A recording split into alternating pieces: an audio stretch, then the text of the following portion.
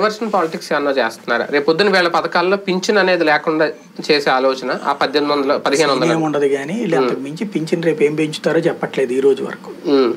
క్రిందసారి 200 రూపాయలు ఇచ్చాడు, మేము వచ్చాక 1000 చేస్తామన్నారు, అట్లా నడిచింది. ఈ దఫా అట్లా ఏం లెక్క చెప్పట్లేదుగా. అసలు ముందు ఈ పింఛన్ ఉంటుందా లేదా అనేది ఒక డౌట్. అదే అనేది ఇప్పుడు 18 ఏళ్ళు దాటి 59 ఏళ్ల వరకు అందరికి ప్రతి మహిళకి 1500 ఇచ్చేస్తాను అంటే ఇప్పుడు రేపు నుంచి 3000 తీసుకుంటారు అందరూ. ఇలా 3000 ఆగిపోద్దా? ఈ 3000 ప్లస్ 1500 ఇస్తారా? అసలు ఎందుకు సంబంధం ఉంటది? ఇది వృద్ధులకు కదా ఇచ్చేది.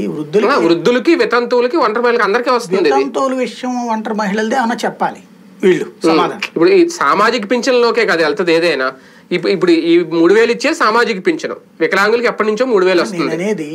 100కి 98 మంది వృద్ధులే ఉంటారు. అవును, వాళ్ళకి మార్చేదేం లేదు కదా. వాళ్ళకి 60 ఏళ్ల తర్వాతే కదా. వాళ్ళకి అట్లాగే వాళ్ళకి అలాగే ఉంటుంది. ఇస్తారనేది చూడాలి. ఇప్పుడు ఈయన 59 వరకు పెట్టారు కాబట్టి లైన్. ఆ డబ్బుల్లో మీరు చెప్పినట్టు వితంతువులకి, ఒంటరి మహిళలు 2% ఉంటారు. అవును, వాళ్ళకి వేరేగా ఆన్సర్ చెయ్యాలి వాళ్ళు.